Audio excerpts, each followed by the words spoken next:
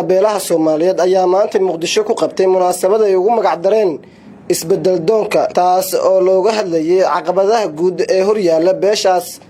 Munaasabadan ayaa waxaa ka soo qayb galay mas'uuliyiin, haween, dhalinyaro, culimo u diin iyo waxgarad ka soo jeeda beesha. ugu horeyn waxaa goobta ka hadlay qaar kamid ah dhalinyarada ka soo qayb gashay munaasabadan iyaga oo na dul istaagay ujeedka xafladan. haddii aan dul istaago arrimaha kalifay in ay dhalinyaradan u istaagaan isbedel doon iyo hiigsi wanaagsan, waxaa sababay hoos u dhac dhinac kasta uga yimid beesha aan ka dhalanay, dhinaca waxbarashada, dhinaca caafimaadka, xuquuqda dadkeena ay ku lahaayeen hay-adaha dawliga ah iyo kuwan dawliga ahayn iyo dawlad goboleedyada. wixii aan xaquuq ku lahayn runtii waxaad moodaa in dib looga dhacay oo aan sida badan aan haleeli weyne.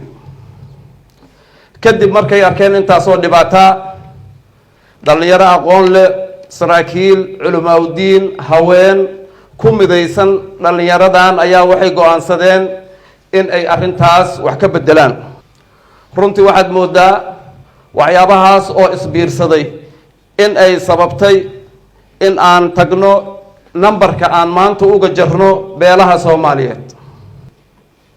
run ahaantii dhalinyaradu waxay isku afgarteen in ay si wada jir ah loo xalliyo caqabadaha guud ee hor yaalla, kuwaas oo ay door bideen in looga gudbi karo alla ka cabsi, isfahan, istixgelin, istoosin iyo isu run sheegid. aniga aan isbedelo qofka ayaa isbedelay. shalay cunug yaraad aheyd, maanta dhexdhexaad soo martay, dhalinyarada maalin kasta way horey ku sii wadaa, way ku bedelaysaa. marka isbedelka waa sunna kowniya, amr fidriya, ilaahay uu talagalay in la isbedelo. habiya ma ina isbedelay qiyaas qofka marto caddahay. marka isbedelka waa uu haysan, laakiin isbedelka saddex nooc waa. saddexda nooc isbedel hadaad imaanayso, saddexda nooc waxaa kamid ah isbedelaan keenaya inta tiraahdo marxaladii aad ka cabanaysay marxalad ka hooseysa inaad keento mamnuuc waay. marxalad rasimana waxba ma soo kordhino, waxaad soo kordhisa male, laakiin marxaladda aad joogta mid ka wanaagsan ayay ula jeedaan. meesha waxaa ku qoran taas waay. ma hadda labaad waxaa iska leh dhalinyarada kacday ee dhiigga kacay ee gogashaan dhigtay ee ku fikirtay inay isbedel doon inaan nahay fahamtay ee sukayna wacday. maasha allah, maasha allah, allah noo daayo. waa mustaqbalkii maanta, waa mustaqbalkii berri iyaga waaye. muddo badanaa warsangeli kusoo dhex juray, kusoo dhex rafaaday, wax xun ka qabtay, wax fiicanna ka qabtay.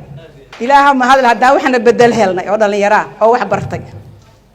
wallahi ma hadaa intaan fadhi waa ooynaay dadka oo baahiyaha gaarka qabo oo maanta qof u maqnayn oo gurigooda daawlaan ku hayso oo baahi ku hayso oo socodlaan ku hayso. wallahi waa ka xumahay. waxaan idin sheegay dhalinyaradeenay warsangeli cidna uma maqnacay uma qodno. dhalinyarada daatiin dhalinyaro waxa idin la shaqeeya kaliya oo amarka hore aad ku shaqeeysiin waa odayaasha dhaqanka kaliya waay.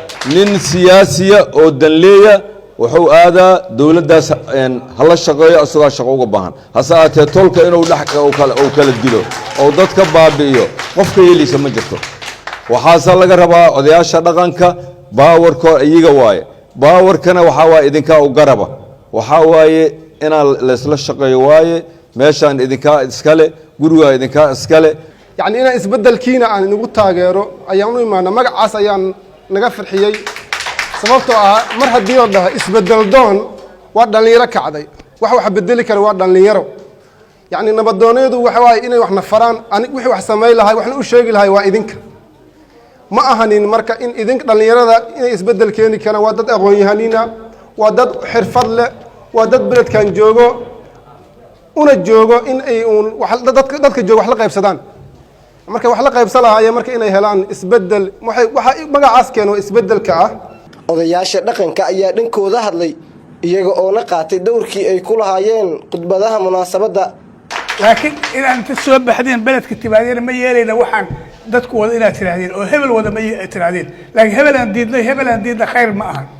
mar isbedelka sarifa oo ku sarifa inaad u bataqanta soo baxdeen aad banaanka timaadeen hebel dhagax ku tuurtay ninka aad aqbali weysiin. يا ما هني هبلوا نقاف هبلوا نما ودد ما سعنيس قال هذا دا إذا جوابي dhalinyartu waa laf dhabarka bulshada waxay ka soo bilowday waxyaalo taariikh dheer leh SYL ka mid ah dhalinyaro yahay SYL maxay soo qabtay wax badan ay soo qabtay horta SYL alla idinka dhigo dhalinyarta SYL waxay qabatay alla idinku guuleey waxaan soo dhaweynayaa in dhalinyartu waxay wado wanaaga oo quruxda badan leh anagoo dhaqankiina waxaan horkacaynaa oo anoo curadkii horkaca waxa Cumar Cabdalla dantiisa amba wanaagiisa aan horkici doonaa horkacaana nabadoon Cabdiraxmaan Axmed Guul oo ah nabadoonka beesha ayaa baaq u diray qof walba oo ka tirsan beesha maanta munaasabada qabsatay hadday odayaasha dhaqankii gooriya sheegay fikirka ay dhalinyarada ay keentay inaan taageersanahay labadii odo oo horeysa ayiday dhaqankana ay kaan u soo wakiilanay su'aashii marka aniga aan rabo inaan ka jawaabo dhalinyarada ma maasan yihiin aniga dhaqanka mar dhawaan ku soo biiray dhalinyaranimo ah dhaqanno ah dhibaatada ay sheegeen oo ka dhex jirta qaraabadana way jirtaa waa sax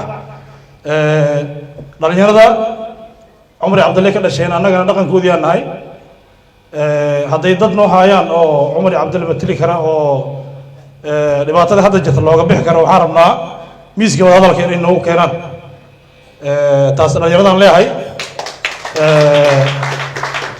annaga ka dhaqan ahaan annagana hadduu ilaahay raali ka noqdo Cumar Cabdalla dhaqankooda maadaama aan nahay annagana waa soo raadin doonaa dad miiska wada hadalka iskugu maahaynaa